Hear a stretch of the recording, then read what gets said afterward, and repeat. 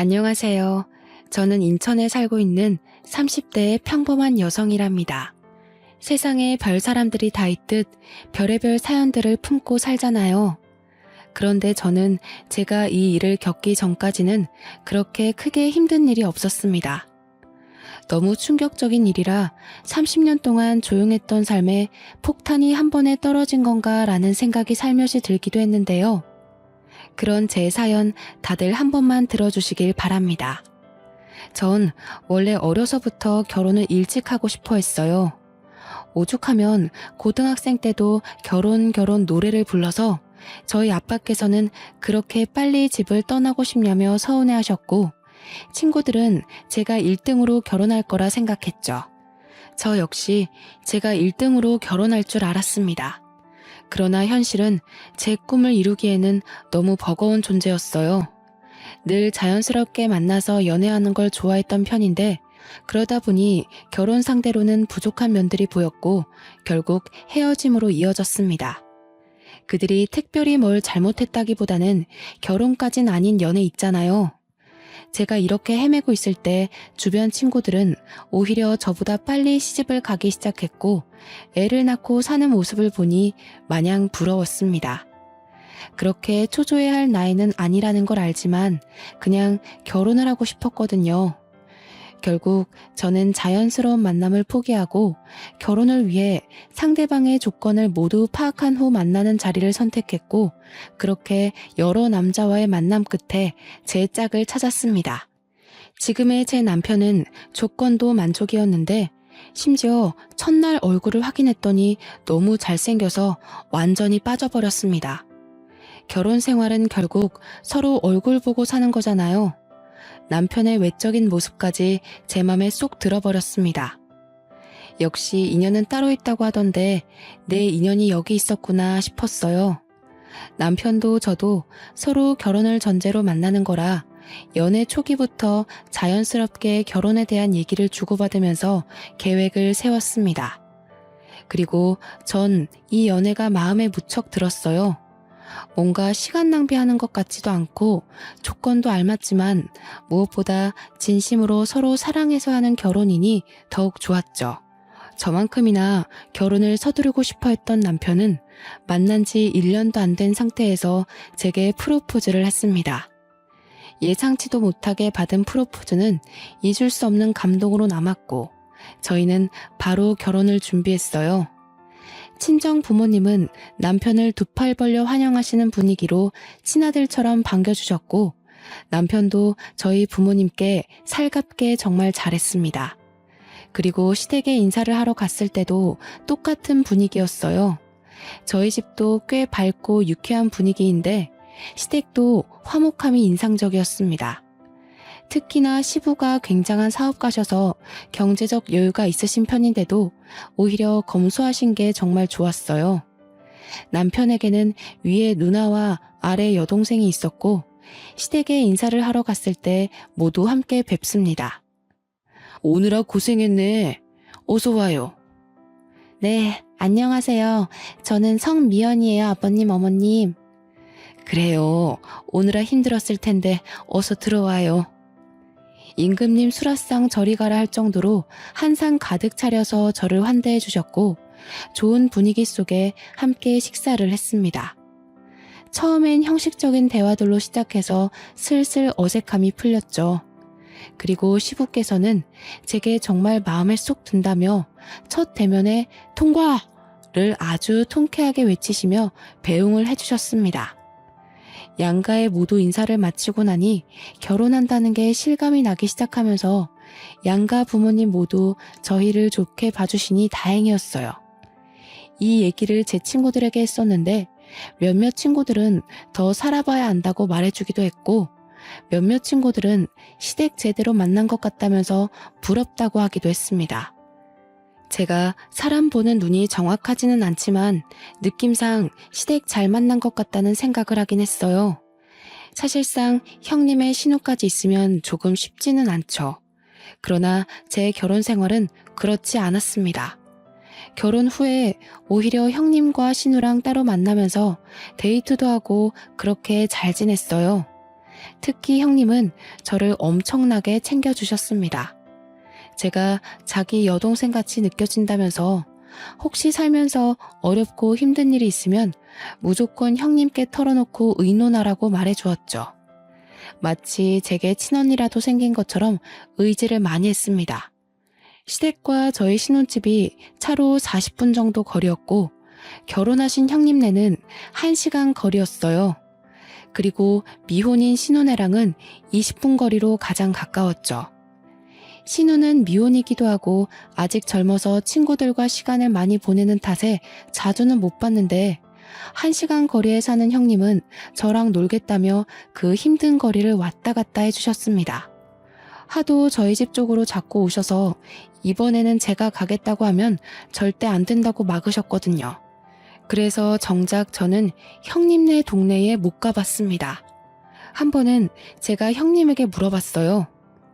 형님, 근데 왕복 2시간이 넘는데 매번 이렇게 오시는 거 안 힘드세요? 다음에는 진짜 제가 갈게요.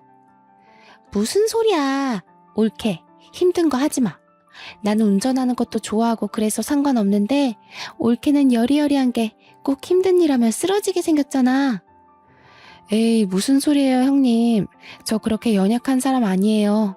정말 다음에는 한번 초대해 주세요. 형님만 매번 저 위해서 고생하셔서 마음이 불편해요. 난 동생이 밑으로 둘이나 있잖아. 그래서 그런가 이렇게 하는 게 더 편해. 올케가 우리 동네로 오고 그러면 오히려 불편해서 제대로 놀지도 못할 것 같아. 그니까 그런 거 신경 쓰지 말고 보자. 얼굴 보는 게 중요하지 누가 오고 가면 어때? 형님은 여장부 스타일에 정말 당차신 분이라서 안 친했을 때는 약간 무서웠는데 막상 친해지고 보니 이렇게 다정하신 분이었죠. 제가 힘들까봐 그게 싫어서 본인이 매번 저를 보러 오시던 분이셨고 올 때 또 빈손으로 오지도 않으셨습니다. 밑반찬이나 여자 몸에 좋은 것들을 막 사다 주시곤 했어요. 형님이랑 친해지면서 속마음도 들어볼 수 있었는데 제게 넌지시 말을 하더라고요. 옳게. 우리 부부 벌써 결혼 7년 차인가? 그런데 왜 애가 없는지 안 궁금했어? 그런 걸 뭘 궁금해요.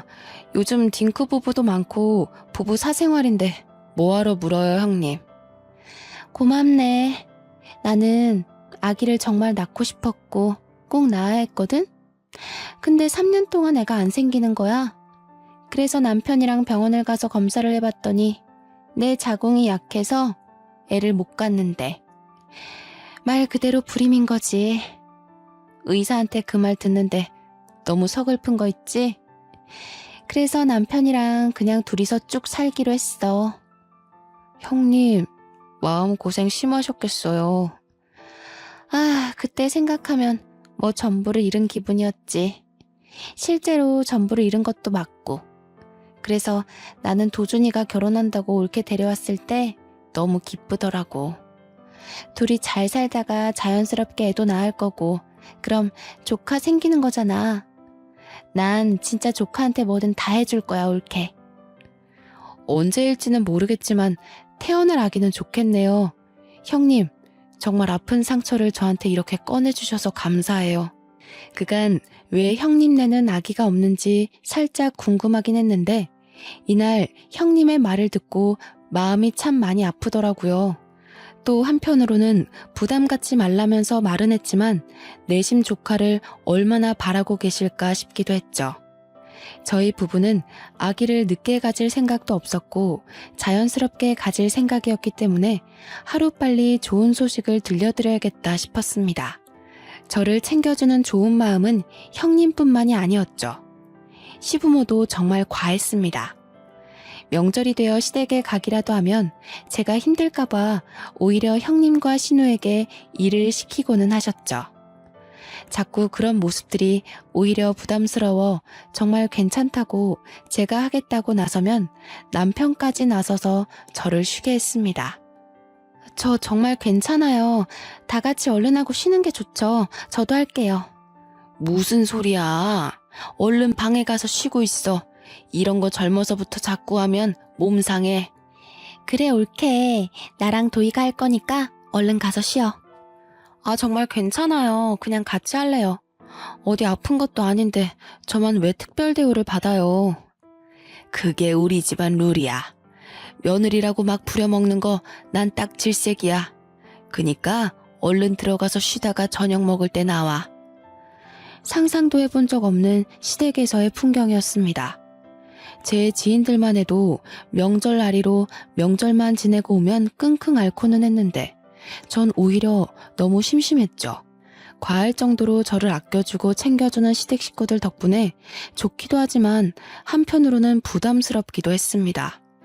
저를 과하게 챙겨주셨던 분들이지만 약간 이상한 부분은 있었어요. 형님은 제가 몸에 해로운 것이라도 하려고 하면 완전 태도가 돌변하셨습니다. 평소에 보지 못한 모습을 보이며 정색을 하더라고요. 형님과 데이트를 하다 가볍게 맥주 한 잔을 먹으려고 한 적이 있었죠. 그런데 형님은 갑자기 정색하면서 저를 말렸습니다. 올케, 지금 술 마시려는 거야? 치킨을 먹는데 맥주를 안 마셔요? 전 당연히 맥주 한 잔 하는 줄 알았죠. 형님 드시기 싫으시면 음료수 드세요. 저는 시원하게 맥주 마시려고요. 무슨 소리야, 올케. 내가 맥주를 마시고 올케는 음료수를 마셔야지. 아직 아기도 안 낳은 사람이 몸 관리 안 하는 거야? 그러다 큰일 나. 형님, 맥주 한 잔 먹는다고 무슨 큰일이 나요. 평소에도 마시는데요. 평소에도 마신다고? 그러지 마, 올케. 몸 관리는 똑바로 해야 해. 그러다 나처럼 애 못 가지면 정말 어쩌려고 그래. 그걸 원하는 거야? 네? 그건 아니지만. 형님, 혹시 화나신 거예요? 나 지금 화났거든? 몸 관리 좀 잘해줘. 다 큰 성인이 맥주 한 잔을 마신다고 화를 내는 걸 보고 황당했습니다.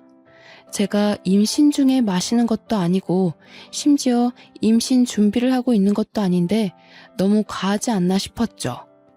이때부터 형님의 행동을 유심히 보게 되었어요. 그렇게 유심히 보니까 형님이 제게 과하게 막는 것들이 있다는 걸 알았죠. 너무 자극적인 음식이나 건강에 해로운 음식들은 절대 먹지 못하게 했고 형님이 해다 주는 반찬이나 먹자고 하는 음식들은 전부 산모에게 좋은 음식이나 여자에게 좋은 음식이었습니다. 물론 가볍게 생각하면 임신을 생각하고 있는 저를 위해서 노력해 주신다고 생각할 수 있지만 결코 가볍게 생각할 수 있는 문제가 아니었죠. 왜냐면 시모도 가만히 있는데 왜 형님이 나서서 임신 압박을 은근히 주는 건지 모르겠더라고요. 이게 말로만 듣던 임신 압박이구나를 내심 깨닫게 되었습니다.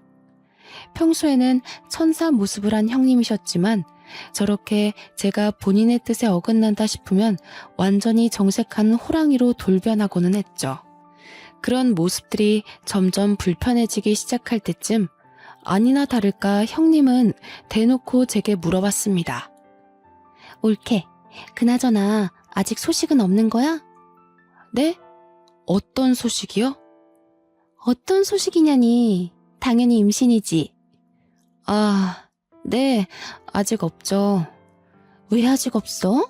한참 불타오를 신혼인데. 아직 없으면 문제 있는 거 아니야? 그런데 그렇게 천하태평하게 있는 거야? 형님, 저희 결혼한 지 이제 2달 조금 넘었어요. 아직 걱정할 정도는 아니잖아요. 무슨 소리를 하는 거야. 젊은 사람들은 혼전 임신에 허니문 베이비로 바로 임신하는 마당에 가만 보면 올케는 너무 안일하게 생각하는 것 같아? 그런 게 아니라 아직 그렇게 급하지가 않아요. 이 사람도 그렇고 저도 그렇고. 그건 올케 생각 아니야? 올케가 자꾸 그렇게 생각하고 말하니까 정작 도준이는 그런 마음이 아니어도 말 못하는 거 아니냐고. 형님, 그런데 왜 화를 내세요? 제가 뭘 잘못한 건가요? 임신을 하는 건 저희 부부가 선택할 일이고 저희끼리 알아서 하겠다고 분명 말씀드렸는데 매번 왜 그러세요? 저 형님이 자꾸 이러시는 거 너무 불편해요. 올케, 불편이고 뭐고 지금 그게 중요한 게 아니야. 내일 나랑 어디 좀 가자. 오후에 시간 꼭 비워도? 형님은 제게 임신을 아직도 안 했다며 대놓고 화를 내셨어요. 과연 이게 맞는 상황인가 싶었습니다. 저는 이날 집으로 돌아와서 아무리 생각을 해봐도 형님의 태도를 이해하긴 어려웠고 남편에게 전부 솔직하게 말했어요. 여보, 형님이 자꾸 나한테 임신하라고 압박을 줘. 한두 번도 아니고 술 마시면 몸 관리 안 한다고 뭐라고 하고 조금 매운 거 먹어도 뭐라고 하시는데 처음에는 그러려니 했거든? 근데 이게 계속 쌓이고 쌓여서 이상하다 싶었는데 오늘은 대놓고 화를 내더라니까? 대체 형님 왜 그러셔? 당신이 이해 좀 해줘. 그래도 누나가 당신 끔찍하게 생각하고 챙겨주잖아. 누나는 애를 엄청 원했는데 불임으로 애 못 나온 거 알잖아. 그러니 조카가 보고 싶겠지. 그 과한 마음이 당신을 힘들게 했나 보다. 혹시라도 너무 과하면 말해줘. 내가 자제시킬 테니까. 나도 그렇게 생각하고 이해하려고 한 건데 도가 지나치잖아. 내가 임신을 언제 하든 솔직히 형님이 신경 쓰실 부분은 아니잖아. 어머님 아버님도 가만히 계시는데 형님이 왜 그러셔? 그렇지 맞지. 누나가 조금 과했네. 당신이 이해 좀 해줘. 남편에게 말했지만 돌아오는 대답은 이해를 해달라 뿐이었습니다. 솔직히 저도 형님이 불임이라는 말을 듣고 조카를 원해서 그렇겠다고 생각을 하면서 이해하려고 노력을 많이 했었죠. 하지만 저렇게 대놓고 화까지 내는 걸 누가 쉽게 이해하겠어요. 기분이 너무 나빴지만 꾹 누르고 다음 날이 되었습니다. 형님은 이날 제게 어딘가를 가자고 했지만 솔직히 가기 싫었어요. 가기 싫어서 빈둥빈둥하고 있는데 아주 칼같이 저를 데리러 왔고 어디 가는지도 모르고 우선 차에 탔습니다. 제가 차에 타서도 내내 어디 가는 거냐고 물었는데 대답을 안 해주는 거예요. 자꾸 말을 돌리고 회피하는 게 느껴져서 뭔가 이상하다고 싶었습니다. 그렇게 한 상가 건물 지하 주차장을 들어가는데 그 건물은 병원 건물이었죠. 얼핏 산부인과를 본 것 같아서 제가 혹시나 하는 마음에 차에서 내리지 않고 물어봤습니다. 형님, 설마 지금 산부인과 가는 거예요? 산부인과 가는 거 맞는데? 여기가 내 지인이 의사야. 그래서 잘해줄 거야. 걱정하지 말고 얼른 가보자.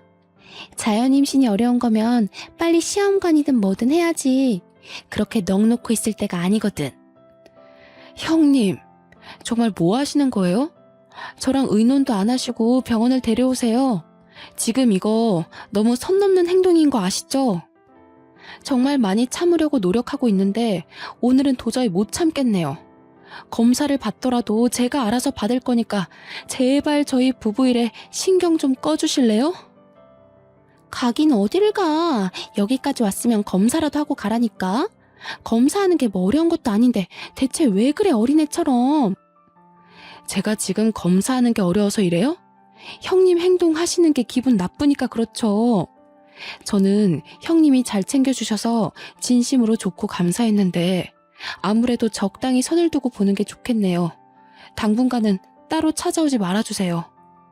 전 그렇게 차에서 내렸고 저를 부르는 형님을 무시한 채 가버렸습니다.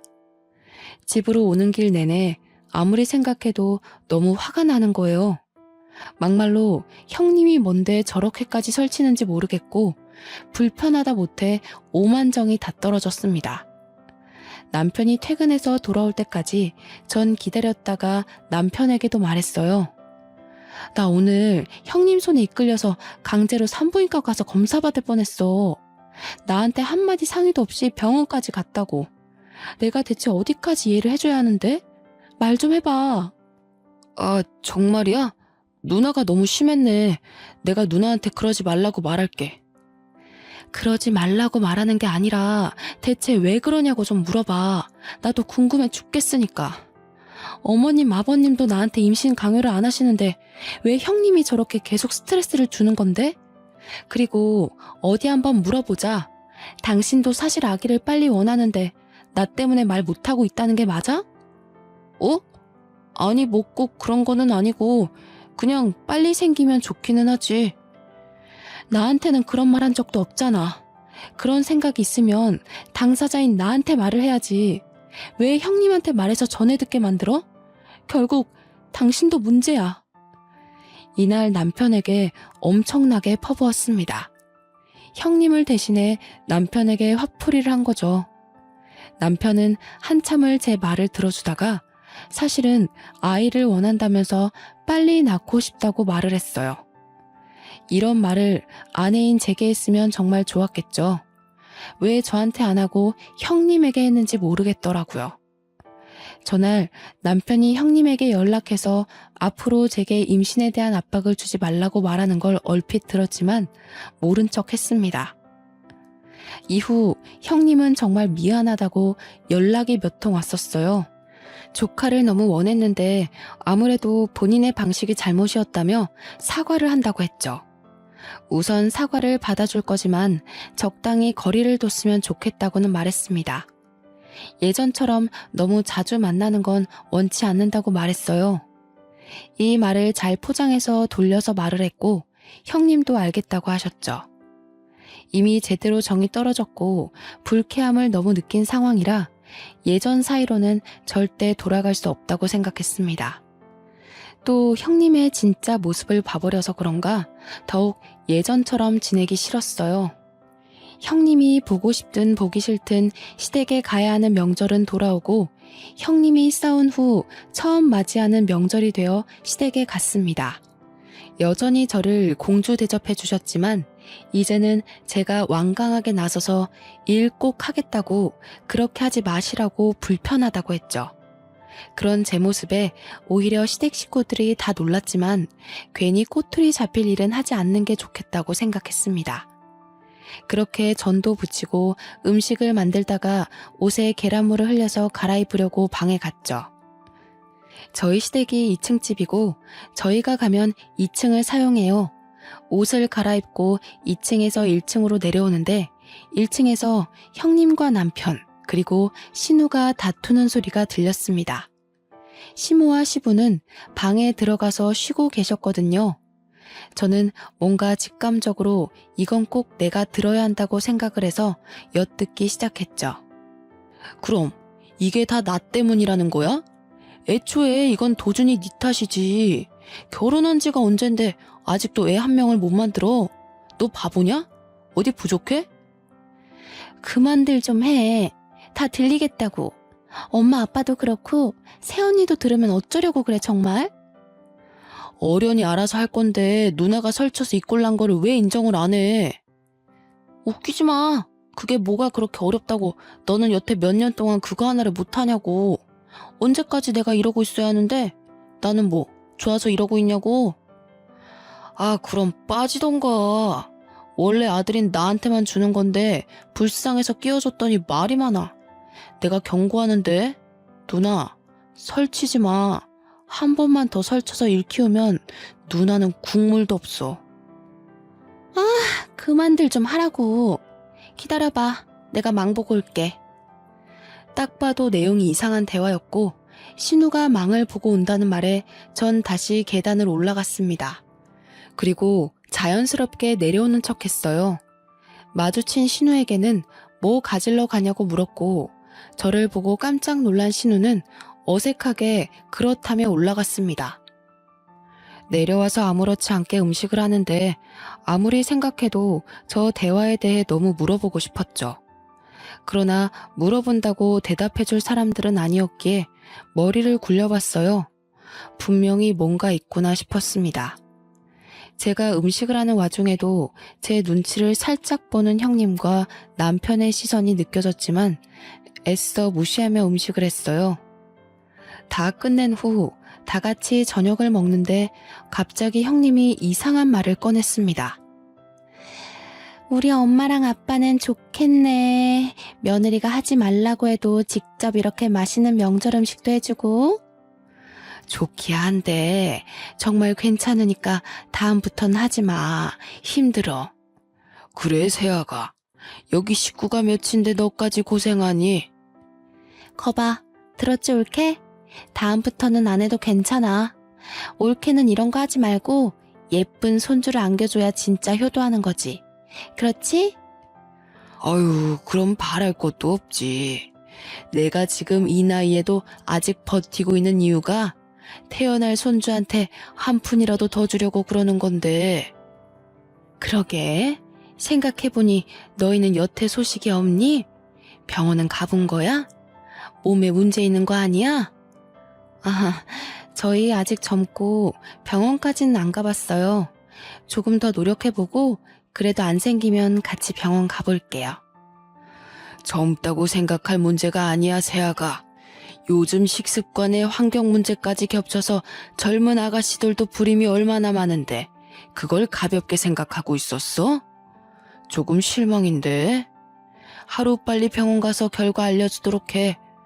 내가 다른 건 다 세아가 너 편하게 해주지만 이 문제는 쉽게 넘어갈 게 아니야. 네, 알겠습니다. 딱 봐도 병원 가서 검사시키려는 형님의 속셈이 보였죠. 대화 내용도 그렇고 저렇게까지 해서 저를 병원에 데려가는 모습도 그렇고 아무래도 뭔가 있다는 생각을 떨쳐낼 수가 없었습니다. 저는 명절이 끝나면 신우를 찾아가기로 생각했어요. 신우는 형님과는 다르게 소극적이고 성격도 굉장히 착했습니다. 그래서 분명 계속 파고들면서 물어보면 대답을 할 수밖에 없을 거라 생각했어요. 남편에게도 티내지 않고 신우에게 오랜만에 데이트하자며 연락했습니다. 혹여나 이걸 형님이나 남편에게 말할까봐 신우네 집 근처에 볼 일이 있어서 왔다면서 아주 자연스레 밑밥을 깔았어요. 그리고 신우는 의심 없이 반갑게 저를 만나러 나왔죠. 신우와 저녁을 맛있게 먹고 조용한 카페를 찾아가서 대화를 나눴습니다. 솔직하게 뭐냐고 물어볼까 아니면 은근슬쩍 알고 있는 척 물어볼까 엄청 고민했어요. 신우 성격상 제가 뭘 알고 있어야 스스로 실토할 것 같아서 아는 척 연기를 시작했습니다. 아가씨, 나는 우리 식구들 다 진심으로 아주 좋았는데 어머님 아버님 빼고는 나한테 다들 진심이 아니었더라? 아가씨도 그렇고 그래서 너무 속상하던데? 네? 언니 그게 무슨 말이에요 갑자기? 뭐든 꼬리가 길면 다 걸리는 법이거든. 셋이서 작정하고 나 하나 바보 만들면 끝까지 내가 모를 거라고 생각한 거야? 그나마 내가 오늘 아가씨를 만나러 온 이유는 앞길이 아직 창창하고 젊으니까 기회를 주려고 온 거야. 나한테 모든 걸 자백하면 선처해줄 의향이 있어. 그렇지만 조금이라도 다르게 말하면 오빠랑 형님처럼 똑같이 처벌받게 할 거야. 네? 그게 처벌할 수 있다고요? 아닌데. 그럴 리가 없는데. 나 시간 없어. 선택해서 얼른 말해. 새언니, 정말 미안해요. 저도 언니 볼 때마다 너무 죄책감 느꼈는데 이미 약속은 해서 어쩔 수 없었어요. 지금이라도 뭐든 다 할 테니까 제발 처벌은 하지 말아주세요. 저 아직 시집도 못 갔는데 제발요. 울며 불며 신우이가 말한 내용은 충격 그 자체였습니다. 시부모에게는 재산이 꽤 있는데 남자 손주를 낳는 자식에게 막대한 재산을 물려주겠다고 자식에게 약속을 했답니다. 거기다 유일하게 아들인 우리 남편이 남자 손주를 낳으면 시부가 회사까지 물려주겠다고 했다더군요. 그런데 시부 연세가 꽤 있으셔서 하루빨리 회사를 누군가 물려받아야 했고 정 자식들에게 소식이 없으면 전문 경영인에게 넘기겠다고 했다네요. 그 얘기를 들은 형님과 남편은 작당 모의를 한 거죠. 형님은 이미 불임으로 아이를 낳을 수 없으니 남편이 아들을 낳으면 3분의 1로 셋이서 재산 분할하자는 각서를 썼다고 합니다. 이 사실은 시부모는 당연히 모르고 이 남매들끼리 저지른 일이죠.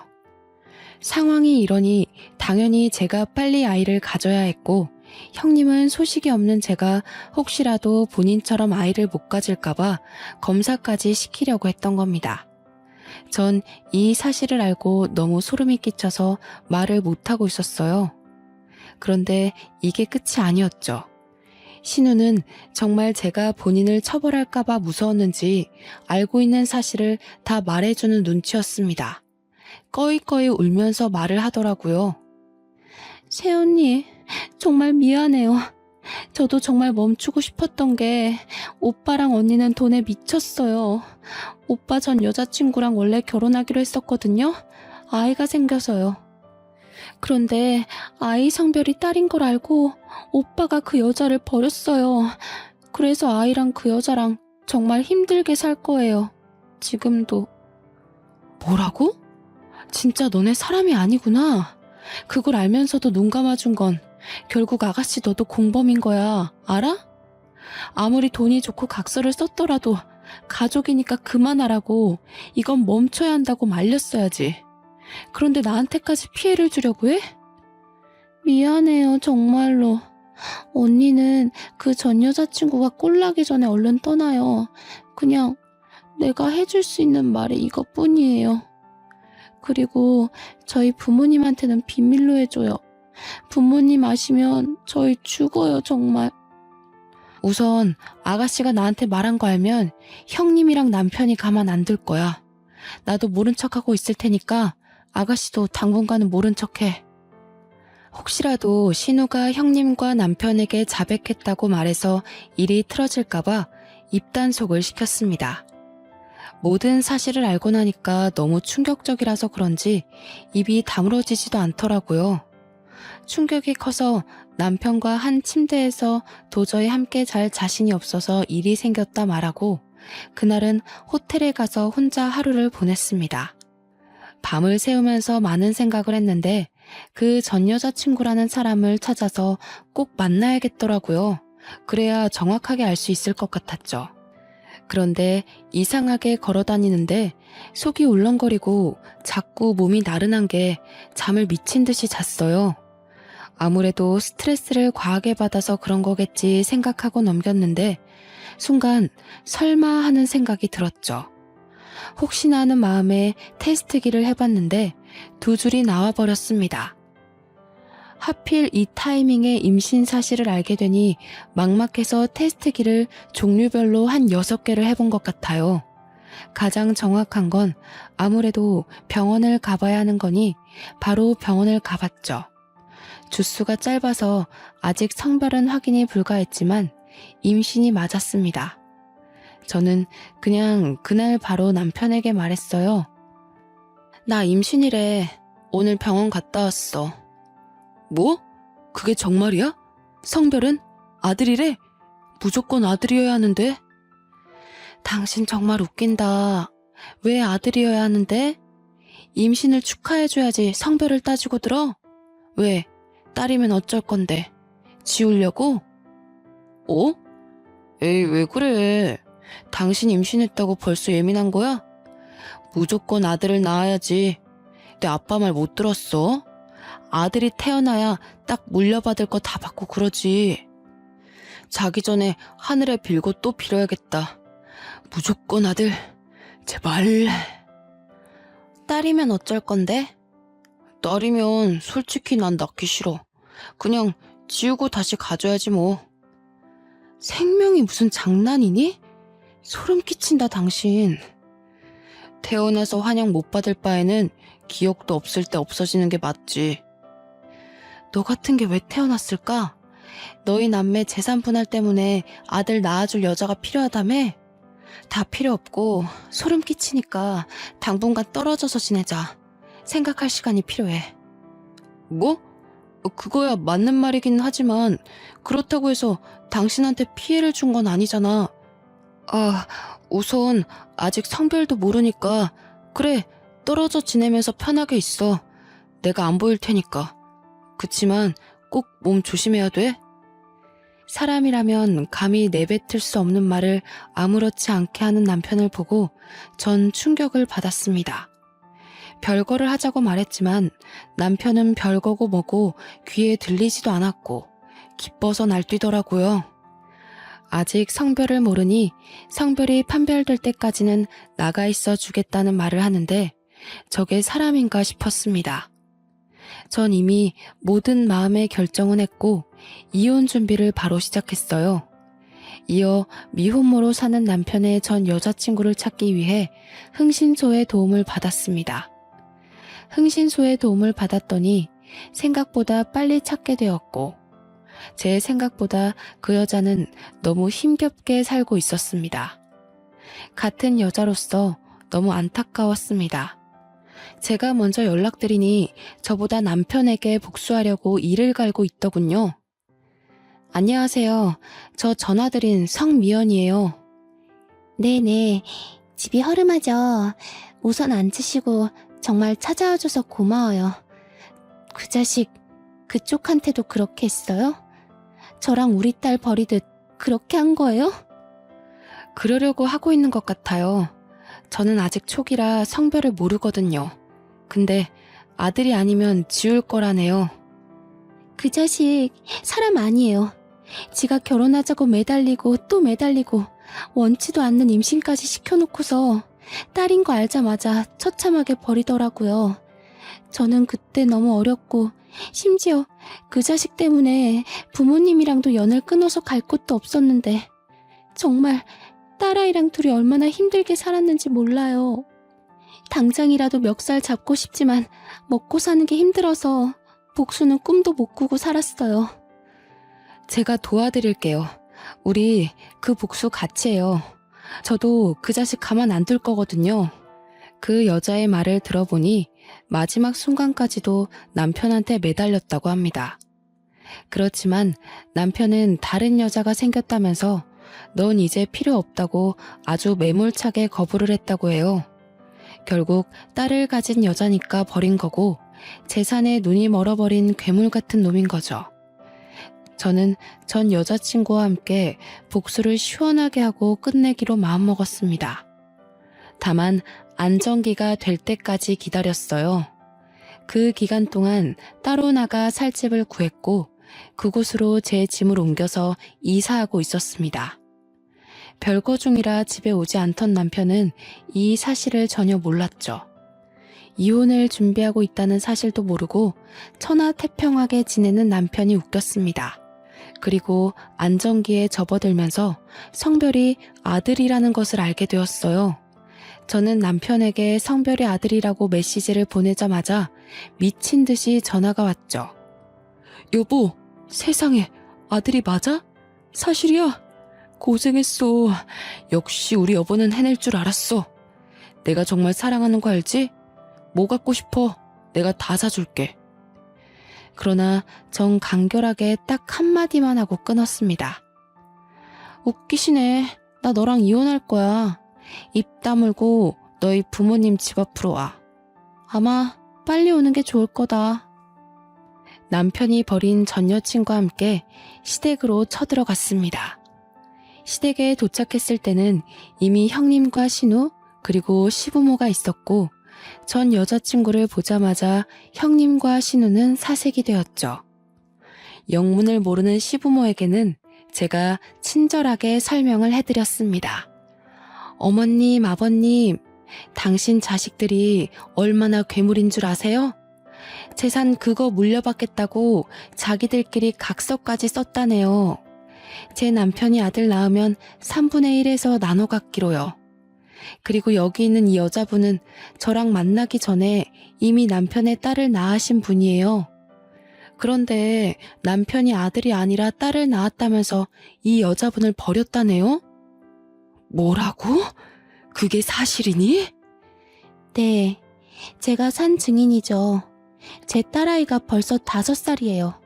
그 세월을 얼마나 피눈물 흘리면서 살았는 줄 아세요? 아무리 돈이 좋다고 해도 그렇지. 어떻게 그럴 수 있냐고 어떡해. 그 나쁜 자식 때문에 나랑 내 새끼는 매일 피눈물 흘리면서 살았는데 아직도 이러고 살고 있네요. 당신 아들은 돈에 미쳤다고요. 저한테 형님은 그러셨죠. 애 빨리 낳으라고 압박 주셨고 술도 한 모금 못 마시게 하고 마치 겉으로는 저를 무척 아끼는 척하면서 사실은 애 빨리 갖게 하려고 참 애 많이 쓰셨죠? 그런데 어머님, 아버님, 이 사람이 저 임신했다는 말 하자마자 뭐라 한 줄 아세요? 아들 아니면 지우고 다시 갖자던데요. 딸이면 낳을 필요가 없다고요. 그래서 저 이혼할 거예요. 제 말이 끝나자마자 시모는 뒷목 잡고 쓰러졌고, 뒤늦게 도착한 남편은 전 여자친구를 보자마자 막 쫓아내려고 했습니다. 그걸 제가 말리고 있는데 시부가 남편의 멱살을 잡고 확 끌어서 뺨을 때리며 말했어요. 정신 차려. 네가 사람이냐? 내가 그런 뜻으로 너희한테 말한 줄 알아? 나는 괴물 새끼들한테는 돈 한 푼 줄 수 없다. 당장 내 집에서 나가. 이 말을 들은 남편은 저 때문에 모든 게 망했다면서 제 뺨을 때리더라고요. 그래서 저도 어이가 없어서 급소를 확 발로 차주면서 말했죠. 웃기고 있네. 야, 너 같은 건 씨 뿌릴 자격도 없어. 넌 죽을 때까지 절대 뿌리고 다니지 마. 여자들이 너무 아까우니까. 그러고 시댁을 나섰습니다. 몇 달 동안 남편과 이미 별거 중이었고 시댁 소식은 들을 길이 없었는데 그나마 신우가 먼저 연락해서 술술 말해주더군요. 전 남편은 집에서도 쫓겨나고 시아버님은 충격에 전문 경영인을 구하기로 했다네요. 너무 통쾌하더라고요. 웃긴 건 시부의 모든 경제적 지원이 끊겨버린 남편은 제게 다시 시작하자며 매달리기 시작했습니다. 제 뱃속에 아들이 있으니 다시 시부모님을 설득해서 자기가 회사만 물려받으면 모든 게 끝난다고요. 그 말을 듣는데 참 어이가 없었죠.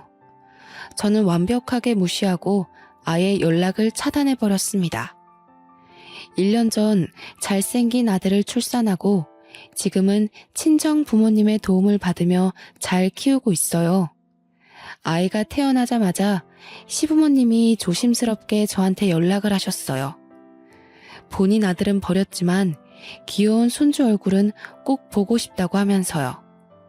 그 마음이 이해가 안 되는 건 아니었기에 지금은 전 시부모님과는 왕래하며 아들 얼굴도 보여주고 있어요. 아버님은 우리 아들이 커서 경영에 관심 있다고 하면 언제든 회사를 물려준다고 장난처럼 말씀하시더라고요. 저는 돈에 눈이 멀었던 전 남편과는 다른 사람이기에 그런 농담 하시지 말라고 하셨습니다. 지금은 아들 키우는 재미로 살고 있어요. 어찌나 하루하루 쑥쑥 크는지 한시라도 눈을 뗄 수가 없을 정도로 귀엽더라고요. 아, 그리고 남편의 전 여친분도 시부모님이 책임지고 좋은 집으로 이사도 해주셨고 모자란 생활비도 지원해 주신다고 그러더군요. 시부모님은 착하신데 어떻게 그 핏줄에서 악마 같은 전 남편이 태어났나 아직도 모르겠어요. 그래서 저는 아들을 키우면서 돈이 전부가 아니라는 것을 제대로 가르쳐 줄 생각입니다. 제 사연을 읽어주신 분들도 모두 행복하시길 바라며 마무리할게요.